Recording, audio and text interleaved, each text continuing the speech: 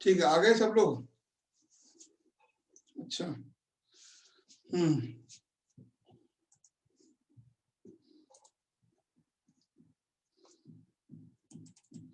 अच्छा, बताएंगे कल क्या टॉपिक था हम लोगों का? है अर्थक्वेक था। अर्थक्वेक में क्या हो गया था? शुरू करना था। पी वेव और एस वेव और एल वेव के बारे में। अच्छा अच्छा अच्छा अच्छा, ठीक है। तो इनको हम बोलते हैं सीस्मिक वेव्स। सीस्मिक वेव्स का मतलब है कि भूकंपीय तरंगें, है ना। जो भूकंपीय तरंगें होती हैं PSL। देखो क्या होता है, थोड़ा समझ लीजिए यहाँ पे आप। जैसे मान लीजिए कि ये जो है ये पृथ्वी है, ठीक है, और ये इसकी भू प्रॉपर्टी है, ये इसकी भू प्रॉपर्टी हम मान लेते हैं, ठीक।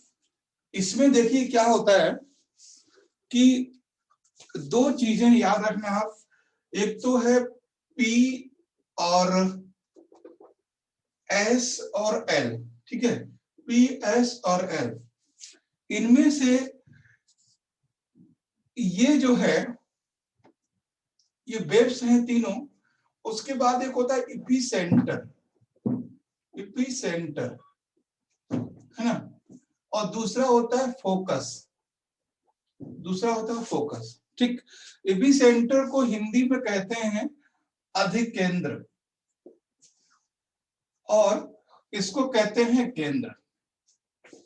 तो एक चीज ध्यान रखना है कि हमें यहाँ पे समझना ये है कि एपिसेंटर और फोकस होता क्या है। तो जो फोकस है वो जैसे मान लीजिए कुछ प्लेटें हैं, यहाँ पर एक प्लेट यहाँ पर है, एक प्लेट यहाँ पर है, और इस तरह से है। तो ये मान लीजिए ऊपर प्लेटें हैं, ठीक है। What happened?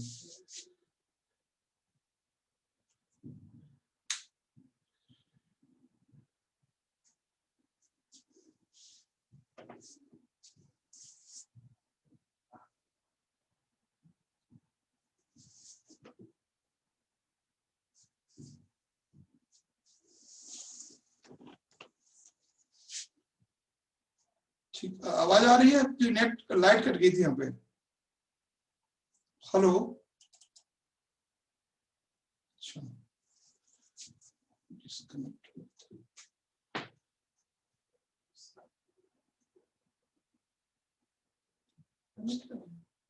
कर लो बात, बात किसका? उसी का।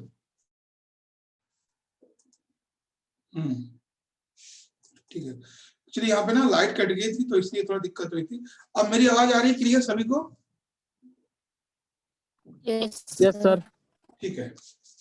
अब देखिए, हमने कहा कि अक्सर हम लोग बुक्स में ऐसा देखते हैं कि ये लिखा होता है इस तरह से, जैसे केंद्र वो लोग यहाँ बना देते हैं फोकस, जबकि ये गलत होता है। भूकंप का केंद्र कभी भी पृथ्वी के केंद्र में नहीं हो, ठीक है, सॉरी। जो भूकंप का केंद्र है ना वो कभी भी यहां पर नहीं होगा, ये गलत है। क्योंकि भूकंप का केंद्र का मतलब है, भूकंप का फोकस का मतलब है जहां पर दो प्लेटें आपस में कनेक्ट होती हैं, जहां पर दो प्लेटें कनेक्ट होती हैं। तो जो फोकस है वो यहाँ नहीं है, फोकस है यहाँ पर। अगर दो प्लेटें यहाँ पे कनेक्ट हो रही हैं, यहाँ पे, ठीक है, यहाँ पे अगर दो प्लेटें कनेक्ट हो रही हैं तो ये फोकस है, ठीक है। और एपिसेंटर क्या है? एपिसेंटर वो है जहां पर पहली बार भूकंप को महसूस किया जाता है।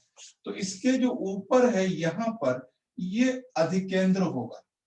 तो ध्यान रखना है, ये अधिकेंद्र है यानी एपिसेंटर है, और ये केंद्र है, ठीक है। अब आप समझ में आ गया होगा। तो पहली बात समझिए कि अधिकेंद्र क्या होता है और केंद्र क्या होता है। तो केंद्र जो है फोकस है, फोकस वो भाग है जहां पर पहली बार भूकंपीय तरंगें जन्म लेती हैं, ठीक है। तो लिख लीजिए, focus is a place, focus is a place where seismic waves origin, focus is a place in crust, ये भी लिख लीजिए, focus is a place in crust where seismic waves origin या start। तो केंद्र वह भाग है भूप्रॉपर्टी में, केंद्र वह भाग है भूप्रॉपर्टी में जहां पर भूकंपी तरंगें प्रारंभ होती है ना, जहां पर दोनों प्लेटें आपस में टकराती हैं, उसको हम केंद्र कहते हैं। क्लियर है? यस, गुड्डू समझ में आया? फिर से सर एक बार बोलिए तो। केंद्र भूप्रॉपर्टी में वह भाग है जहां पर भूकंपीय तरंगें जन्म लेती हैं या भूकंपीय तरंगें जहां से प्रारंभ होती हैं। ठीक है, केंद्र वह भाग है जहां से भूकंपीय तरंगें शुरू होती हैं। जैसे दो चीजें ऐसे करके टकराई, तो जब दो चीजें टकराएंगी ना, तो यहीं पर यहां से प्लेटें ओरिजिन होगी, यहां से होगी, तो इसको हम कहेंगे केंद्र। और जहां पर, अब दूसरा लिखिए क्या है, अधिकेंद्र। अधिकेंद्र क्या लिखेंगे? अधिकेंद्र है ना, अधिकेंद्र is a place on surface, English में लिख दीजिए। एपिसेंटर क्या है?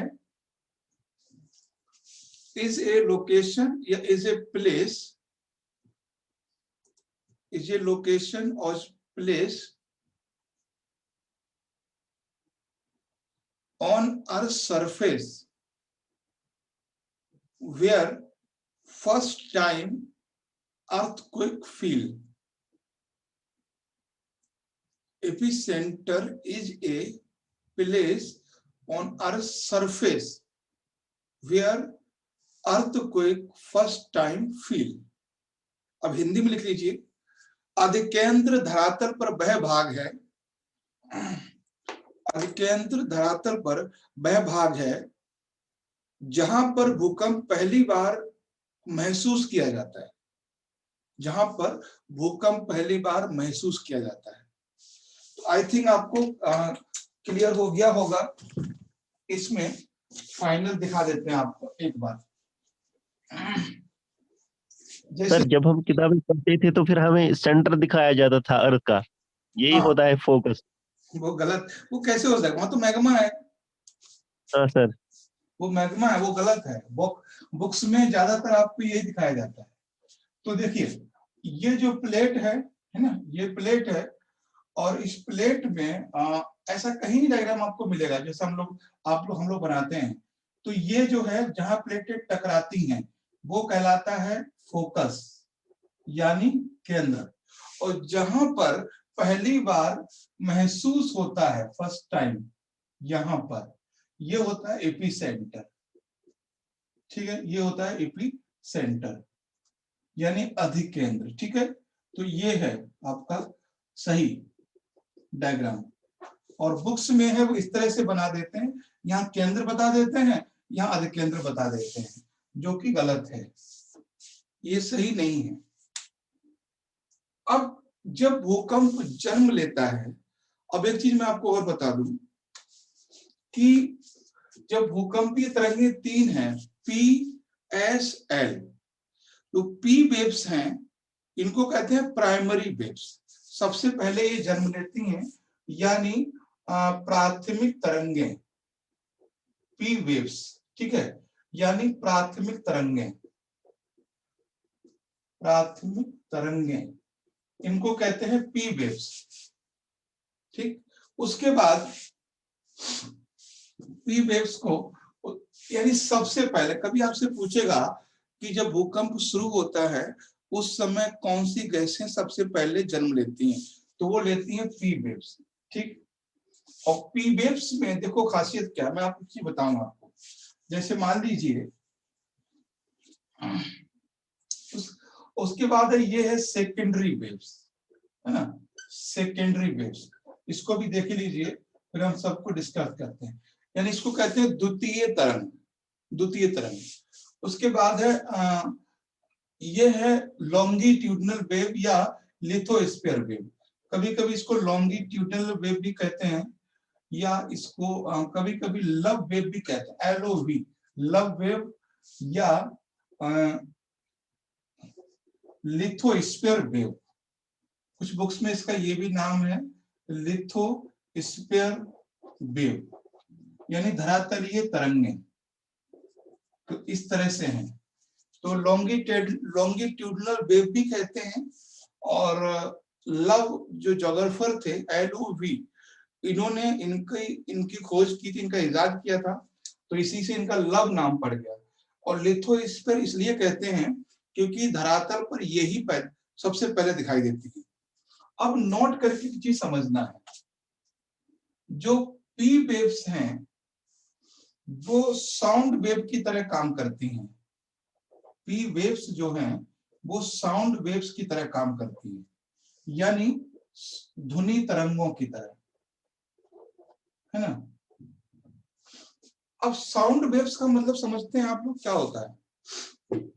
साउंड वेव का मतलब होता है कि साउंड वेव को मीडियम की जरूरत पड़ती है, यानी ये जो तरंगे ऐसी हैं जो ठोस में सबसे तेज चलेंगी, लिक्विड में उससे कम, उससे स्लो चलेंगी, और गैस में और कम चलेंगी, वैक्यूम में गायब हो जाएंगी, वैक्यूम में ये गायब हो जाएंगी।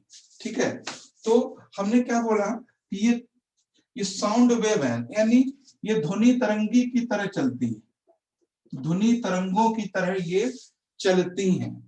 ध्वनि तरंगों का मतलब यही होता है कि ये ठोस में इनकी जो स्पीड होती है वो ठोस में, ठीक है, वो सॉलिड में मैक्सिमम होती है, उससे कम होती है लिक्विड में, ठीक है, उससे कम होती है गैस में, और वैक्यूम में ये नहीं चलती है। ठीक है, वैक्यूम में ये नहीं चलती है। इसलिए आपको समझना है कि जो साउंड, जो पहली तरंगे हैं वो साउंड वेव की तरह काम करती है। ठीक है, ये चीज ध्यान रखना। और जो है ये भी क्वेश्चन बनता है, दूसरा है एस वेव। ठीक है, जो एस वेव्स हैं वो केवल लिक्विड में चलती हैं, केवल सॉलिड में चलती है, लिक्विड में नहीं चलती। ठीक है, ये केवल सॉलिड में चलती है। ठीक है, ये सॉलिड में चलती हैं, लिक्विड में नहीं चलती।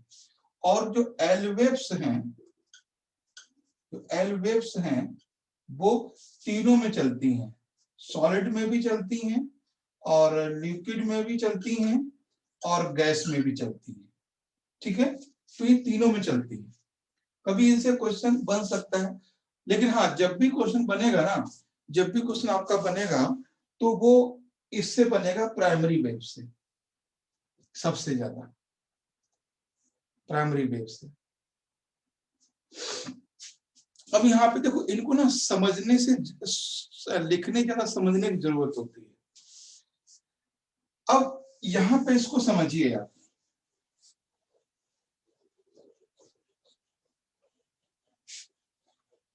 देखिए जो जो पी वेव्स हैं, तो पी वेव्स हैं उनकी जो स्पीड होती है ना वो मैक्सिमम होती है। जो पी वेव्स हैं उनकी स्पीड मैक्सिमम होती है, यानी गति उनकी मैक्सिमम होती है, सबसे ज्यादा होती है। ठीक है, उससे कम एस वेव्स की होती है ना, और उससे कम एल वेव्स की होती है, एल वेव्स की होती है। ठीक, तो स्पीड जो है वो कम होती चली जाती है, यानी गति सबसे कम ये होगी, फिर उससे कम, फिर उससे कम, इनकी कम होती चली जाएगी। लेकिन एक चीज मैं आपको बता दूं, इनकी फ्रीक्वेंसी बढ़ती चली जाती है ना। फ्रीक्वेंसी मतलब है कि जो फ्रीक्वेंसी होती है वो मैक्सिमम होती है इसकी, फिर उससे कम उसकी होती है, फिर उससे कम इसकी होती है। यानी अगर हम कहेंगे तो मैक्सिमम फ्रीक्वेंसी है इसकी, सबसे ज्यादा। अच्छा, फ्रीक्वेंसी का मतलब समझते हैं आप लोग, आवृत्ति जिसको कहते हैं हम लोग, हिंदी में कहते हैं आवृत्ति। चलिए एक डायग्राम बनाने कभी नहीं भूलेंगे। देखिए ये तो आप समझ गए गति वाला डायग्राम हो गया, गति वाला, क्योंकि ये क्वेश्चन ऐसे घुमाता है ना, और जब तक समझ के नहीं करोगे नहीं हो पाएगा। देखिए हम एक नया नया चार्ट बना रहे हैं, उसको देखिए, एल वेव्स है ये, ठीक है, एल वेव्स, और उसके बाद है इसमें एस वेव्स, और उसके बाद है इसमें पी वेव्स, ठीक है। तो इस तरह से है। अब इसमें हम बात करते हैं आवृत्ति यानी फ्रीक्वेंसी की, ठीक है। फ्रीक्वेंसी किसमें कम या ज्यादा है। ये जो एल वेव्स हैं उनमें फ्रीक्वेंसी इतनी है, ऐसी है, ठीक है, और ये जो है इनमें इतनी है, ठीक है, और ये वेव्स हैं उसमें इतनी है, ये है। तो आप समझ गए होंगे हमारी बात कि जो पी वेव्स हैं उनकी फ्रीक्वेंसी सबसे कम है, और एल वेव्स हैं उनकी फ्रीक्वेंसी यानी आवृत्ति सबसे ज्यादा है। ये क्वेश्चन हमने शायद टेस्ट में भी दिया था एक आपको, तो ये है। तो सबसे ज्यादा गति अगर पूछेगा कोई तो आपको बताना है पी वेव्स में, लेकिन अगर सबसे ज्यादा फ्रीक्वेंसी पूछेगा, आवृत्ति पूछेगा, तो एल वेव में। एल मतलब जो वेव धरातल पर चलती है उसमें है, ठीक। अब ये रीजन समझिए यहाँ पे थोड़ा सा। जैसे मान लीजिए कि ये एरिया है ना, ये एरिया है, और यहां से कोई पी वेव्स ओरिजिनेट हुई, ठीक है, पी वेव ओरिजिन हुई। आपको सिंपल साइंस पता है, जैसे जैसे कोई तरंग अपने उद्गम स्थल से दूर जाती है उसकी गति कम होती चली जाती है ना। सबसे पहली बात तो है जहां से वो वेव जन्म लेगी वहां पर सबसे ज्यादा गति होगी, और जैसे जैसे वो दूर जाएगी उसकी स्पीड क्या होगी, कम होती चली जाएगी, गति कम होती चली जाएगी जैसे जैसे वो दूर जाएगी। ये तो हो गया। तो पहली वेव जो जन्म लेती है वो प्राइमरी वेव्स होती है, इसलिए सबसे ज्यादा गति इसमें होती है। अब दूसरी बात कि एल वेव में फ्रीक्वेंसी क्यों होती है, एल वेव में फ्रीक्वेंसी ज्यादा क्यों होती है। देखिए ये भी साइंटिफिक समझाएंगे हम। जैसे मान लीजिए दो एरिया हैं, फिजिक्स को समझिएगा। एक एरिया जो है ये है, तरंग सेम है, और एक एरिया ये है, ए और बी, ए एरिया और ये बी एरिया, ठीक। तो आपको पता है कि फ्रीक्वेंसी जो तरंग होती है, अगर वो ज्यादा वॉल्यूम है तो उसकी आवृत्ति कम होती है, वॉल्यूम कम होता है तो आवृत्ति बढ़ जाती है। अब ये जो एरिया है उसकी फ्रीक्वेंसी ऐसी होगी तरंग की, इस तरह से, और ये है इसकी ऐसी होगी। अब मेरी बात समझिए कि जो एल वेव है, एल वेव है वो धरातल पर होती है, और धरातल पर एरिया कम होता है, धरातल पर सरफेस पर एरिया कम होता है, इसलिए उसकी फ्रीक्वेंसी ज्यादा होती है, ठीक। लेकिन वहीं पर जो पी वेव्स हैं, पी वेव्स अंदर होती हैं, उनका एरिया ज्यादा होता है, इसलिए उनमें फ्रीक्वेंसी कम होती है। ये 6th क्लास का साइंस है, 6th क्लास का साइंस है। एक ये चीज एक जगह और आप यूज करोगे, जब मैंने आपको एक बार आपको डायग्राम बनाया होगा। जैसे मान लीजिए ये भारत है, जैसे हमने आपको बोला होगा कि सुनामी जब आती है, अभी जस्ट टॉपिक आएगा, सुनामी जब आती है तो जो लोग गहरी समुद्र में होते हैं उन्हें कोई खतरा नहीं होता। सुनामी के समय जो लोग गहरे समंदर में होते हैं, यानी समंदर की काफी अंदर होते हैं, उन्हें कोई खतरा नहीं होता है। उसका रीजन होता है कि जो समुद्री लहरें हैं उनकी आवृत्ति गहराई में कम होती है। देखिए जैसे यहाँ पर कोई आदमी है, यहाँ पर कोई मछुआरा है, मछली मार रहा है, तो यहाँ पर जो वेव्स है ना उसकी तरंग ऐसी होगी, इस तरह से, मतलब बहुत कम होगी, इस तरह से। जैसे जैसे किनारे पर जाएगा ये तरंग बढ़ती चली जाएगी। क्यों?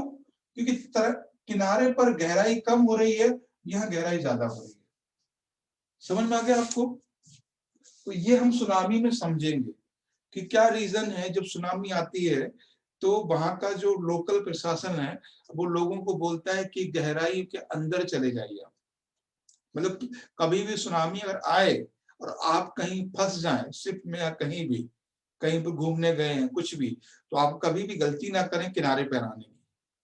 जितने ज्यादा हो सके गहरे में चले जाएं अपना जहाज लेके, जिस पर भी है, जहाज है, नाव है, बोट है, जो भी है, वो जितना ज्यादा हो सके गहराई में लेके चले जाएं, क्योंकि गहराई में फ्रीक्वेंसी कम होगी और आप डूबेंगे नहीं। और जैसे किनारे पे आएंगे डूब जाएंगे, क्योंकि लहरों की जो आवृत्ति है वो ज्यादा हो जाती है, क्योंकि एरिया कम हो जाता है। अब ये बताइए कि इससे आपको कोई लेना देना नहीं है, ये वाली चीज समझ पाए कि नहीं? बताओ गुड्डू, स्वप्निल, अल्ताफ, बताओ। यस एकदम क्लियर है?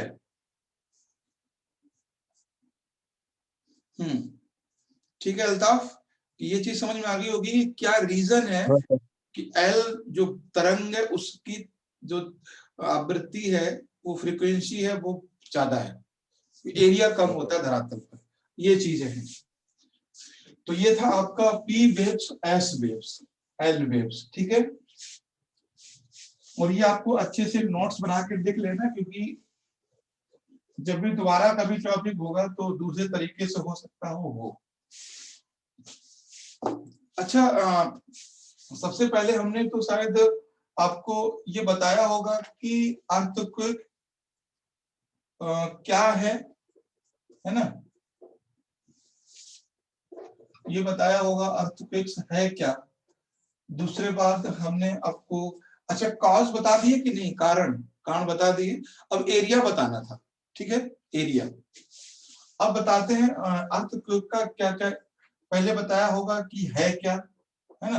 फिर हमने बताया होगा आपको कॉज क्या है। फिर हमने बताया होगा कि इसकी सेस्मिक वेव्स कौन कौन सी है ना। सेस्मिक वेव्स कौन कौन सी है, भूकंपीय तरंगें कौन कौन सी। अब हम बताते हैं एरिया कौन सा है। तो एरिया हम दो तरह से डिवाइड करेंगे, एक तो वर्ल्ड में, ठीक है, और दूसरा इंडिया में। दो तरह से डिवाइड करेंगे, कहाँ कहाँ, ठीक। अच्छा एक चीज मैं आपको बता दूं, यहाँ पे नोट करके आप लिख लीजिएगा, नोट करके कहीं पे डाल दीजिए नीचे कहीं भी, कि जब किसी भी एरिया में भूकंप आने वाला होता है तो उसमें गैस रिलीज होती है, वहां पे रेडॉन। रेडॉन, ये कई बार क्वेश्चन बना है कि किसी भी एरिया में अगर भूकंप आने वाला होता है तो उस एरिया में रेडॉन गैस की मात्रा बढ़ जाती है। कई बार स्टेट वगैरह में पूछ लिया है कि कौन सी वो गैस है जिसकी भूकंप आने के समय उस एरिया में, जैसे मान लीजिए कि उत्तराखंड है, ठीक है, उत्तराखंड एरिया में अगर अर्थक्वेक आने वाला है तो उस एरिया में जो गैस है रेडॉन, उसकी मात्रा बढ़ना शुरू हो जाएगी क्वांटिटी में। और उसी क्वांटिटी को जो वहां लगे हैं वो इंस्ट्रूमेंट जो बहुत सेंसिटिव होते हैं, वो उसको कैप्चर करेंगे और सिग्नल भेजेंगे कि इसकी जो क्वांटिटी है रेडॉन की वो बढ़ रही है, तो इस एरिया में भूकंप आ सकता है, ठीक है। फिर कई बार पूछा गया है कि कौन सी गैस बढ़ जाती है, तो रेडॉन। अब देखिए वर्ल्ड में जो एरिया है, जो विश्व में एरिया है, अगर बात करेंगे वर्ल्ड की, तो वर्ल्ड में सेम है।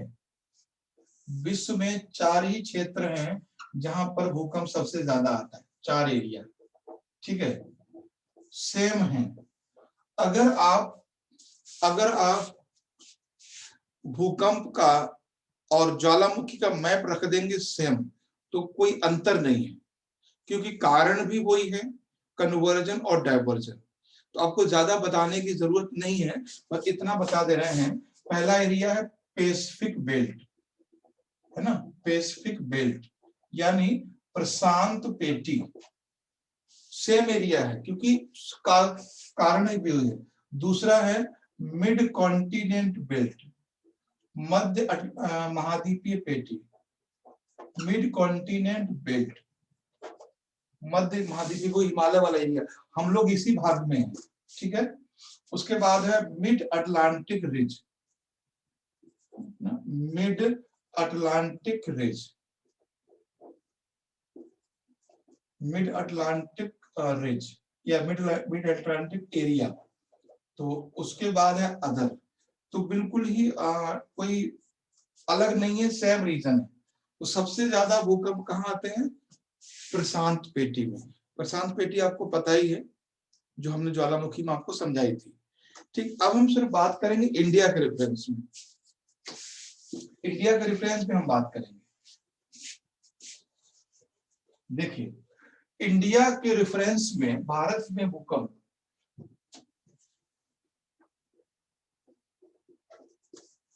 देखिए भारत में डिजास्टर मैनेजमेंट डिपार्टमेंट, ठीक है, disaster management department of India, ठीक है, भारतीय आपदा प्रबंधन विभाग, भारतीय आपदा प्रबंधन विभाग, आपदा प्रबंधन विभाग, ठीक है, इसकी स्थापना हुई 2004 में, सॉरी 2005 में। डीएमडी की, डिजास्टर मैनेजमेंट डिपार्टमेंट, भारतीय आपदा प्रबंधन विभाग की स्थापना 2005 में। इसने, सर इसको नेशनल डिजास्टर नहीं बोलते हैं? वही है एनडीएमडी है, तो भारत के लिए काम कर रहा है, यही है ना, एनडीएमडी कह देते हैं उसको। जैसे जैसे हम लोग बोलते हैं डीडी का, मतलब यहाँ का दिल्ली का बोलते हैं डीडीएमए, है ना, तो दिल्ली डिजास्टर डिपार्टमेंट, इस तरह से। तो वही है डिपार्टमेंट, यानी disaster management department of India. तो हमने इसको ऑफ इंडिया बोल दिया, नेशनल डिजास्टर मैनेजमेंट डिपार्टमेंट बोलने की बात है। तो इसने इंडिया को 6 भागों में विभाजित, 5 भागों में विभाजित किया है, 5 पार्ट में, ठीक है, 5 पार्ट में, 5 पार्ट में इंडिया को डिवाइड किया है सेंसिटिविटी के आधार पर, कि भारत को 5 भागों में बांटा जा सकता है, इंडिया को 5 पार्ट में, ठीक। अब 5 पार्ट में कौन कौन सा है? इन्होंने जो शुरू किया है उसको समझिए। इन्होंने शुरू किया है 2 से। एक यानी सेकंड जोन, फर्स्ट जोन, यानी फर्स्ट जोन वो है जिसमें भूकंप नहीं आते हैं। इन्होंने सेकंड जोन से शुरू किया, सेकंड जोन, थर्ड जोन और फोर्थ जोन और फिफ्थ जोन, ठीक है। तो भारत सरकार ने पूरे देश को 4 जोनों में विभाजित किया, यानी 5 जोनों में। अगर आपसे सीधे आपसे क्वेश्चन पूछ लिया जाए, सिंपल सा, जैसे अगर आपसे बोला जाए एक स्टेट है ये सिक्किम, ठीक है, और दूसरा स्टेट अगर पूछा जाए आपसे, कहा जाए कि दिल्ली, है ना, और तीसरा पूछा जाए इसमें, तीसरा इसमें हो आपका मध्य प्रदेश, और चौथा हो इसमें केरला। अगर आपसे पूछा जाए इस सबसे कम अर्थक्वेक कहां पर आएंगे और सबसे ज्यादा कहां पर आएंगे, सिंपल सा पूछा जाए कि सबसे कम कहां आएंगे, सबसे ज्यादा कहां आएंगे? सबसे कम केरल में आएंगे। और सबसे ज्यादा सिक्किम में। सिक्किम में आएंगे, ठीक है। तो ये है, सबसे ज्यादा सिक्किम में आएंगे। तो इसी तरह से, तो भारत में जो एरिया है वो बांटा गया है। तो हम एक बार मैप आपको बना देंगे, उससे आपको क्लियर हो जाएगा। या हम कुछ राज्य के पहले मैप बना देंगे यहाँ पे, ठीक है, मैप बना देंगे, उससे आप क्लियर कर पाएंगे, और फिर चाहे तो आप राज्य भी लिख पाएंगे। जैसे मान लीजिए ये इंडिया है, हाँ, ये इंडिया है। इंडिया में जो सेकंड रीजन है, वो सेकंड रीजन है वो ये है, ठीक है, ये पार्ट है सेकंड रीजन है, ये वाला पार्ट, ये वाला, यानी यहाँ पर भूकंप सबसे कम आते हैं, यहाँ पर अर्थक्वेक सबसे कम आते हैं, ठीक है। और जो थर्ड रीजन है वो ये है, ये वाला भाग है, ये वाला भाग थर्ड रीजन, ये वाला भाग है जहां पर थर्ड रीजन है, उससे ज्यादा आते हैं, ठीक है। सेकंड में सबसे कम आते हैं और थर्ड में उससे ज्यादा आते हैं। अब रहेगा सर सिक्किम क्यों ज्यादा आता है सर, इसका प्रभाव क्या है सर? सिक्किम पहाड़ी एरिया है इसलिए ज्यादा आते हैं। अब दूसरा इसमें है ये वाला एरिया, ये वाला एरिया है ना, ये वाला एरिया, ये चौथे जोन में आते हैं। चौथे जोन में, चौथा जोन में हम लोग भी है, ठीक है, चौथे जोन में हम लोग भी। और बाकी जो बचा, बाकी क्या बचा, पांचवें जोन में कौन कौन है वो सुन लीजिए। पांचवें जोन में, पांचवें जोन में है, एक वर्ड हम लिख सकते हैं हिमालयन स्टेट, है ना, या हम ऐसे कह सकते हैं कश्मीर, कश्मीर है ना, लद्दाख और हिमाचल प्रदेश और उत्तराखंड और सिक्किम, है ना, सिक्किम क्या, नॉर्थ ईस्ट पूरा लिखेंगे, नॉर्थ ईस्ट रीजन और अंडमान निकोबार, अंडमान निकोबार, और एक रीजन और है इसमें है run of Kutch, run of Kutch, ठीक है, रन ऑफ कच्छ, ये रन ऑफ कच्छ। तो ये एरिया है पांचवें जोन में। यानी दूसरा नोट करके आप लिख लीजिए कि जो दिल्ली है, जो कैपिटल है ना, कैपिटल ऑफ इंडिया है, वो है फोर्थ जोन में, फोर्थ जोन में है, ठीक है, हाँ, ये जोन 4 में है, ये है कैपिटल ऑफ इंडिया। भारत की राजधानी जो है वो चौथे जोन में है।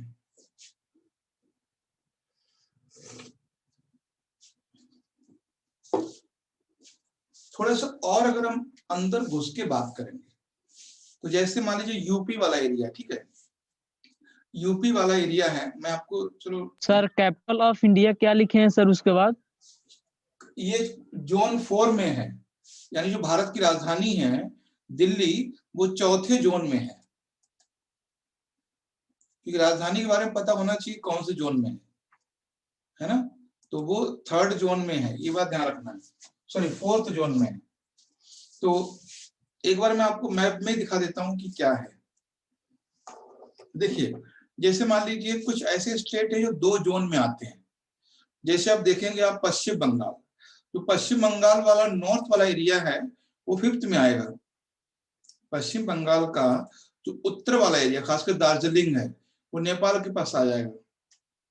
वही यूपी वाला जो एरिया है, यूपी वाला जो नॉर्दर्न एरिया है, तराई वाला एरिया है, पहाड़ी वाला एरिया है, नेपाल बॉर्डर वाला एरिया है, वो 5th में आ जाएगा, ठीक है। तो इसमें कुछ ऐसे रीजन है जो 4 और 5 दोनों में है। एक बार मैं आपको मैप दिखाता हूं तो वहां चीज यहाँ पे क्लियर हो जाएंगी।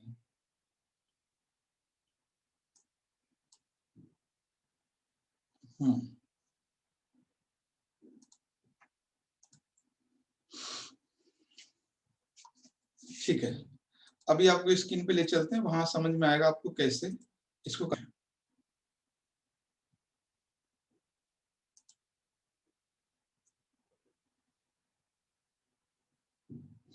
देखिए, यह मैप देख रहे हैं, ठीक है, और इसको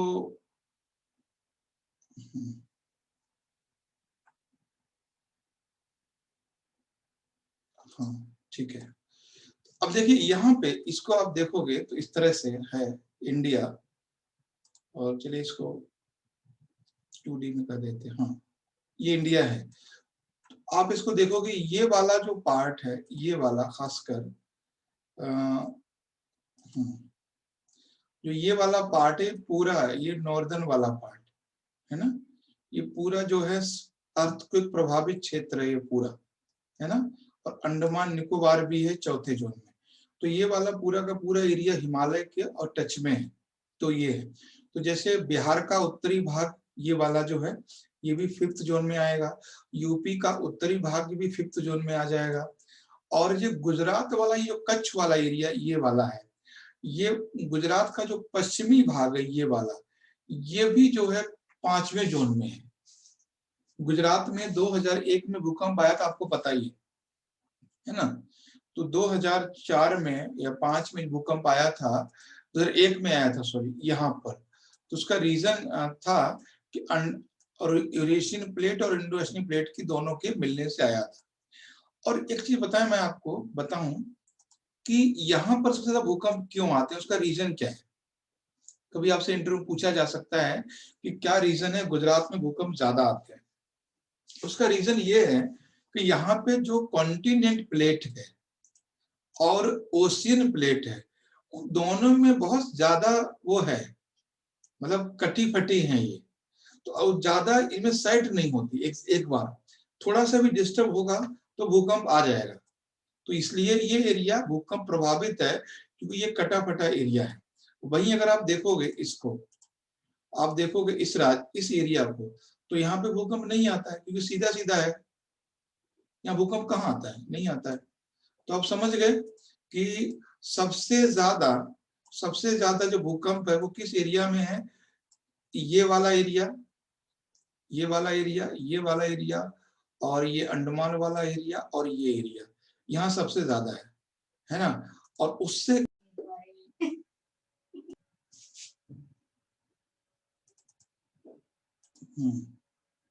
ठीक है, तो ये आपको क्लियर हो गया होगा कि भारत में भूकंप कहाँ, कैसे, और जब भी क्वेश्चन बनेगा तो आप कर लोगे, ठीक है। और इसके नोट्स बना लेना बस।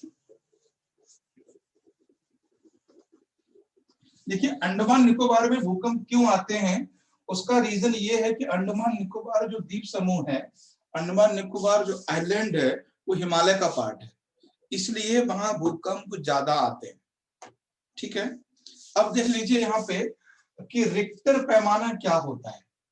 रिक्टर क्या होता है, रिक्टर पैमाना, स्केल।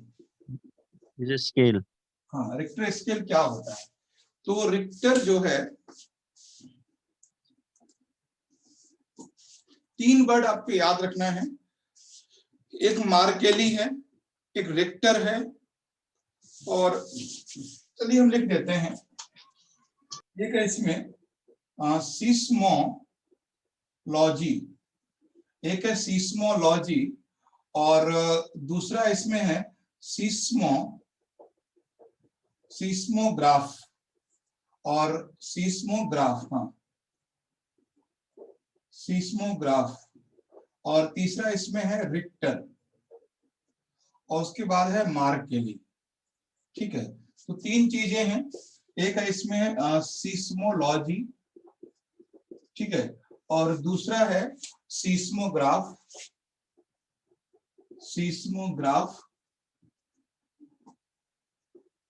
और तीसरा है इसमें रिक्टर स्केल, और चौथा इसमें है मार्केली, ठीक है। तो मार्केली, तो पहली बात है सिस्मोलॉजी क्या है, कि seismology is the study of earthquake.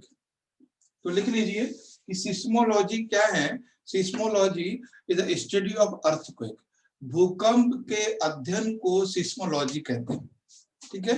भूकंप के अध्ययन को सिस्मोलॉजी कहते हैं। उसके बाद है सीस्मोग्राफ,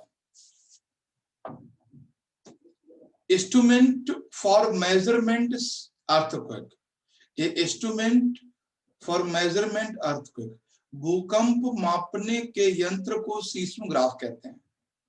सिस्मोलॉजी क्या है, भूकंप विज्ञान है, ठीक है। भूकंप के अध्ययन को हम लोग सीस्मोलॉजी कहते हैं, और भूकंप के मापने के यंत्र को, इंस्ट्रूमेंट को सीस्मोग्राफ कहते हैं, ठीक है। अब आता है रिक्टर और मार्केली। रिक्टर और Mercalli is a unit of earthquake, ये भूकंप के रिक्टर और मार्केली इकाई है। यूनिट को इकाई कहते हैं सर, हाँ यूनिट है, इकाई है। तो Richter and Mercalli is a unit of earthquake, यानी इसको इकाई कहते हैं। ये रिक्टर और मार्केली भूकंप की इकाई है, यानी इनको उसमें प्रदर्शित किया जाता है। इंडिया में क्या पूरे वर्ल्ड में मार्केली की जगह पर रिक्टर का यूज किया जाता है, ठीक है। तो रिक्टर के बारे में हम समझ लेते हैं, रिक्टर स्केल। जो रिक्टर स्केल है ना, जो रिक्टर स्केल है उसका रिक्टर स्केल जो होता है वो 1 से लेकर 9 तक होता है, या 0 से 9 तक होता है, 1 से लेकर 9 तक होता है। कभी आपसे पूछेगा रिक्टर में रिक्टर कितने का होता है, तो 0 या 1 से लेकर 9 तक होता है ना। भूकंप कुछ वो बोलते हैं ना कितने रिक्टर के आए, कई बोलते हैं 4 रिक्टर के हैं, कई बोलते हैं 5 रिक्टर के, कभी 6, कभी 7 से ज्यादा अभी तक 7.5 का अर्थक्वेक आया है अभी तक, जो देखा गया है नेपाल में। तो 2011 में कब आया था, वो देखा गया था नेपाल में भूकंप 7.5 का। तो अगर अर्थक्वेक 5.4 तक 5.5 तक हैं तो ज्यादा महसूस नहीं होते। मतलब अगर आप भूकंप जो है 5.5 है तो इसका मतलब है उनकी जो रिक्टर स्केल है वो 5.5 है। रिक्टर स्केल का मतलब होता है एनर्जी को मापते हैं, वो कितनी एनर्जी उसमें से रिलीज हुई। ठीक है, तो रिक्टर स्केल क्या है, is a measurement of energy discharge by the waves. जो सेस्मिक वेव्स हैं उनके द्वारा जो एनर्जी छोड़ी जाती है उसको हम मेजरमेंट करते हैं रिक्टर में। फॉर 5.4 6.5 इस तरह से। अगर एक रिक्टर बढ़ता है तो कितना इफेक्ट बढ़ता है, ये क्वेश्चन बना था एक बार यूपीएससी में। जैसे मान लीजिए कि एक, जैसे सपोज कीजिए कि 2015 में है ना भूकंप आया कहीं पर 5.5 का, ठीक है, और अगली साल 2020 में भूकंप आया मान लीजिए 6.5 का, तो एक रिक्टर बढ़ गया। तो ये इसका जो प्रभाव होगा वो 10 टाइम्स होगा, 10 टाइम्स ज्यादा फ्रॉम 2015। मेरी बात समझ रहे हैं? अगर एक रिक्टर बढ़ता है, एक यूनिट बढ़ती है, एक इकाई बढ़ती है, तो उसका असर 10 गुना ज्यादा हो जाता है।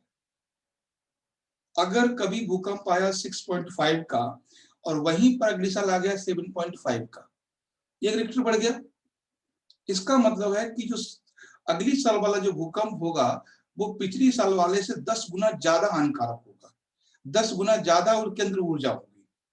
ठीक है, तो ये 10 गुना होता है। समझ में आया? गुड्डू, अल्ताफ, स्वप्निल? Yes sir. तो ये है, तो ये 10 गुना ज्यादा होता है। तो ये था आपका भूकंप के बारे में जितना कुछ क्वेश्चन बन सकता था यूपीएससी में जो बनेगा ये है। नेक्स्ट हम लोग सुनामी का टॉपिक है, वो कल ही शुरू करेंगे क्योंकि कल और लोग जुड़ जाएंगे। और कुछ बताइए डाउट हो कहीं पर इसमें, जितने टॉपिक हमने करवाए थे लिखवाए थे पहले, जैसे भूकंप क्या है, उसके कारण क्या है, उसके प्रभाव क्या है, या और कुछ कहीं पढ़ा हो तो बता दीजिए। No sir. ठीक है, तो हम लोग हेडिंग डाल देते हैं कल के लिए क्योंकि फिर नया टॉपिक है, तो हम लोग कल ही शुरू करेंगे सुनामी। सर कल तो सैटरडे है। हाँ कल सैटरडे है। और मैं आपको बताऊं जो आपका टेस्ट जो था उसको हमने टेस्ट तो आपको मिल ही गया था, बस डिस्कशन 5 तारीख तक के लिए पोस्टपोन किया है क्योंकि क्या है कि एक काम कर रहे हैं सर हम्म। हम लोग का सर हिंदी वाला टेस्ट नहीं मिला है। तो वही हम बता रहे हैं आपको मिल जाएगा, लेकिन जो उसका डिस्कशन है वो हमने 5 तक रोक दिया, यानी 5 दिन और। एक आपके लिए हम मैटर बना रहे हैं करंट अफेयर्स का, जो पीडीएफ का है वो मंथली आपको आएगा। तो हमारा टारगेट है उसको हम 31 तक आपको दे दें, यानी परसों तक। तो इसलिए हम उसमें बहुत ज्यादा ही बिजी है, इसलिए आपका जो टेस्ट जो डिस्कशन है वो इस संडे सैटरडे नहीं होगा, वो अगले को होगा। ठीक है अल्ताफ? Okay sir. तो वो टेस्ट है वो आप कर लेना, टेस्ट पहुंचता रहेगा लेकिन डिस्कशन सिर्फ उसी समय होगा।